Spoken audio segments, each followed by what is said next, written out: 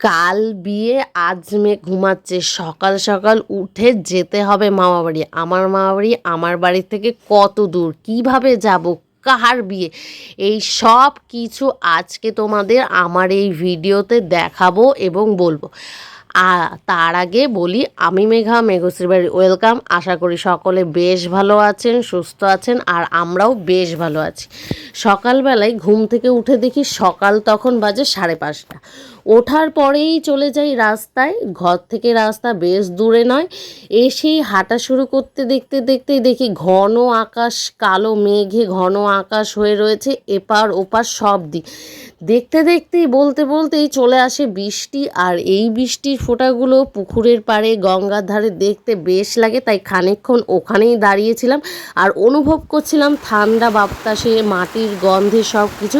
কারণ এই যে দুটো দিন মাসির বাড়িতে থাকবো বা মামার বাড়িতে থাকবো, এই দুটো দিন এই বাড়ির গন্ধ, মাটির গন্ধ, এই সব কিছু দুদিন ভুলে শান্ত মনে শুধু ওখানে থাকারই আনন্দ উপভোগ করব। তার আগে বলে দিস, বলতে বলতে বা দেখতে দেখতে সব কাজের মাঝে সন্ধে হয়ে যায়, আর তখন 6:15 বাজে ঘড়ির কাঁটায়, দেখতেই পারলে। সেই সময় দিদি দুটো ব্যাগ নিয়ে, যাবতীয় জিনিস নিয়ে, তার সাইকেল নিয়ে সে বেরিয়ে যায়। কিন্তু আমি তখন বেরোইনি, কারণ আমার যাওয়ার কোনো ঠিক নেই, কারণ আমি কাজ থেকেই এসেছি অনেক বেলা করে, আর কখন যাব সেটা না ঠিক হতে হতে বৃষ্টি ক্রমশই বেড়ে যাচ্ছিল। মেঘলা থেকে অনেক বৃষ্টি হয়েছে, আর আমি যেহেতু হেঁটে হেঁটেই মামাবাড়িতে এসেছি, তাই আমার 10টা মিনিট লেগেছিল। আর মামাবাড়িতে এসে কোনো কিছু ছিল না, নির্ঝুম ছিল সারা বাড়ি। ওপরে এসে দেখি সপরিবারে সকলের মনে আনন্দ উল্লাস, কি পড়বে, কি খাবে, কি করবে, সেই সব নিয়ে অনেক গল্প ছিল। তার মাঝে বৃষ্টির এই চিন্তাও সকলের মনে ছিল, সকলে প্রার্থনা করছিল। আমার ছোটো মাসি তো মহাপ্রভুর চরম ভক্ত, সে বারবারই বলছিল কোনো বৃষ্টি হবে না। তাই আগের ব্লগে বা পরের ব্লগে তোমাদের দেখাবো বিয়ের দিন কি সত্যি বৃষ্টি হয়েছিল কি না, সেই সব কিছু। আর মাসির বিয়েতে মাসিকে আমাদের নিজেদের সকলে কি কি জিনিস দিয়েছি, সেই সব কিছুও দেখাচ্ছি তোমাদের একবার একবার করে। প্রথমে কানের পেয়েছিল, তারপরে পেয়েছিল হাতের বালা বা পলা, তারপরে একটা গলার, তারপরে আংটি, নাকেটা দেখানো হয়নি। আর আমার সব মাসি মামারা সবাই মিলেমিশে দিয়েছিল অনেক জামা কাপড়ও, বলতে শাড়ি পেয়েছিল। আমরা দিয়েছিলাম টাকা, আমরা কোনো সোনার জিনিস দিইনি, দিয়েছিলাম এই সামান্য কিছু জিনিসই। এই মাসেরই বিয়ে ছিল, আর এই মাসে আমার মায়ের সবার চেয়ে ছোটো বোন, যার বিয়ে আজকে পুরোপুরি ঠিক হয়ে চলে যাবে অনেক দূর।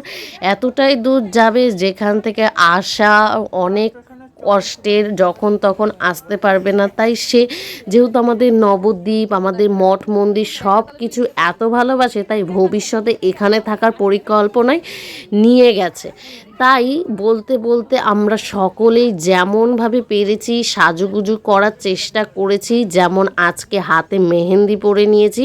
প্রথমে তো আমার দিদি আমাকে হাতের নিচের তলাটা মেহেন্দি পরিয়ে দিয়েছিল, আর ওই হাতের তলাটাও আমি চেষ্টা করব অন্য কাউকে দিয়ে পরানো, কারণ আমার দিদির একটা নিয়ম, যদি কেউ ওকে দিয়ে মেহেন্দি পরায় তাহলে 1-2 বার পরে ওকে সেই মেহেন্দিটা দিয়ে ও পরবে। তারপরে মেহেন্দি থাকলে থাকলো, না থাকলে না, কোনো পয়সা করি নেয় না। আর আমার দিদি অনেক সুন্দর কাটিং করতে পারে, অনেক সুন্দর ডিজাইন আঁকতে পারে, একবার করে দেখো।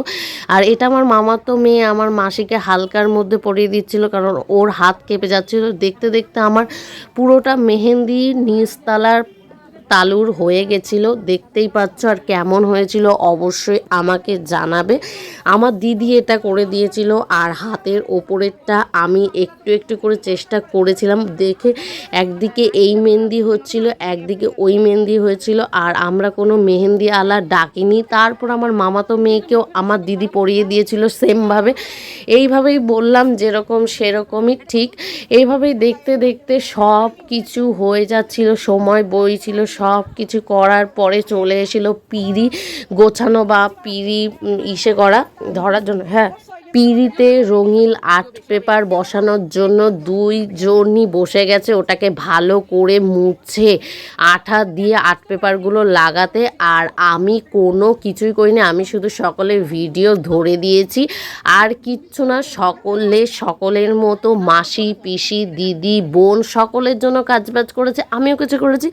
আজকের মতো এখানেই ভিডিওটা শেষ করছি, আরও অনেক ভিডিও আসবে, আশা করি তোমাদের বেশ ভালো লাগবে। তো আজকের মতো ভিডিও এখানেই সমাপ্ত করলাম। সকলে ভালো থেকো, সুস্থ থেকো, পাশে থেকো। আর যারা যারা এখনও পেজটাকে ফলো করোনি অবশ্যই পেজটাকে সাবস্ক্রাইব করবে। ভালো থাকবে।